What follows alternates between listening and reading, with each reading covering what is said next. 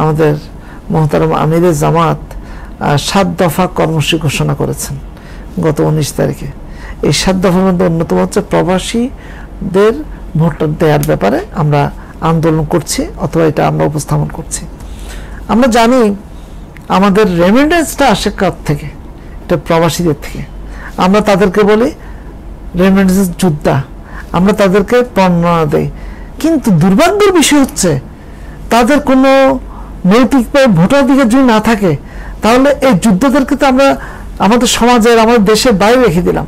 তাদের মতের কোনো প্রাধান্য হলো না, তাদের ইচ্ছার কোনো প্রতিফলন হলো না। যে কারণে বাংলাদেশ জামাত ইসলামী চায় শুধু আমরা দেশে আছি তারা ভোট দেবো, অন্যকে দেবো তা না। এখানে আমরা মানবিকভাবে বলা হয়েছে যে তাদের যেহেতু একটা অবদান আছে দেশের মধ্যে, সেটা অর্থনৈতিক অবদান, সামাজিক অবদান এবং সর্বক্ষেত্রে উল্লেখযোগ্য আমাদের দেশের অবদান আছে, সেহেতু আমরা চাই তারাও তাদের যথোপযুক্ত নিয়মের মধ্যে থেকে তাদের ভোটাধিকার প্রয়োগ করবে, তাদের মতের একটা প্রতিফলন হবে, তাহলেই তারা দেশের আরো ভালো ভূমিকা রাখবে।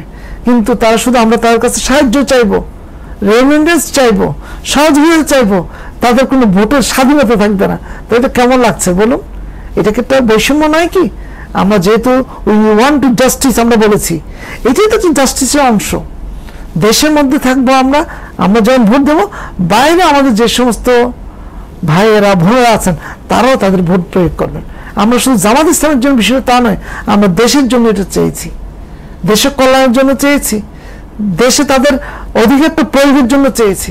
সুতরাং এটা আমরা অবশ্যই বাস্তবায়ন করবো ইনশাআল্লাহ। ইউএফটি ফার্স্টের সাথে ট্রেড করুন যে কোনো জায়গা থেকে, ক্যাম্পাসে ক্লাসের ফাঁকে, ঢাকার জ্যামে বসে কিংবা ঘরে বসে। ট্রেডিং এখন হাতের মুঠোয়, তাই ট্রেড করুন যখন খুশি, যেখানে খুশি।